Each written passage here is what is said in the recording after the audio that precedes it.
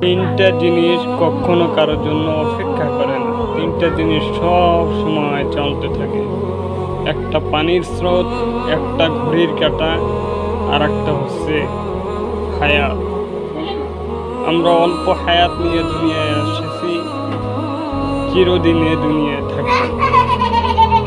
যতই দুনিয়ার দাপট দেখাই না কেন, একদিন আপনাকে আমাকে ওই 3.5 হাত কবরে যেতেই হবে।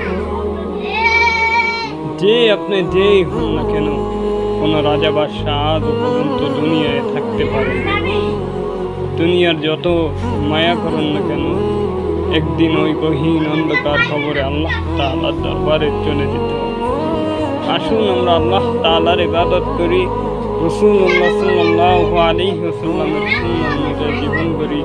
আল্লাহ তাআলা আমাদেরকে সহিহ বুঝ দান করুক। আসসালামু আলাইকুম ওয়া রাহমাতুল্লাহ।